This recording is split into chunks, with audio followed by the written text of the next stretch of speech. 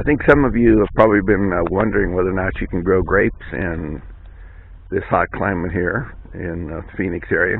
We live in the north side up in Peoria, and 2 years ago I put in this little vineyard here. It's basically 3 rows of 11 plants apiece. They're all spaced 6 feet apart, and the rows are 6 feet apart. First year last year I really didn't have that much luck. I put in 33 plants and most of them died. At least half of them died. This year I had to come back and I had to replace several plants, and I bought different plants. Originally I had put in the bare root, but this year I bought some that were from the nursery, and as you can see they're beginning to do quite well. These first few here are all Shiraz vines, and you can see this first one has really done well. But as you go down the row, I've got about maybe 9 or 10 Shiraz plants, and then plus some of the original plants that I did, which were all Grenache grapes, like they grow in southern Spain, and a lot of what they do down in the Rhone Valley in France. So that's what I was going for, was some Grenache, Syrah, and Mourvedre. This first row is mostly Grenache and Syrah. The second row I still have some of the Grenache left. This first one here is a nice Syrah plant that's really doing quite well.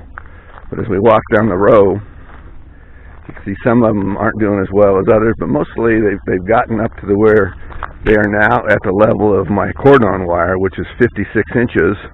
Many have gone up to the upper wire, which will bear the fruit hopefully next year. I've taken all the fruit off this year. They had quite a few grapes originally, or early on in the spring, and I took those off so I could promote more root development.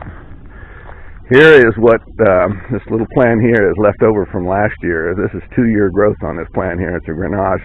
Hasn't done very well. I think I might replace it next year when I get ready to trim everything back and look at what we got.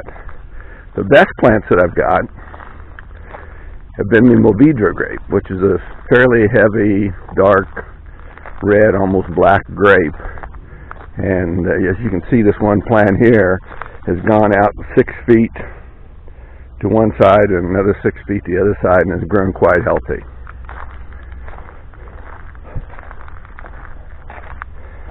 After I'd lost several of Barbera grapes, in fact I put 9 Barbera grapes in to begin with, and 8 of the 9 all died. I replaced them all with Cabernet Sauvignon. So these next 9 plants here are all brand new Cabernet Sauvignon, and this is 1-year growth on these.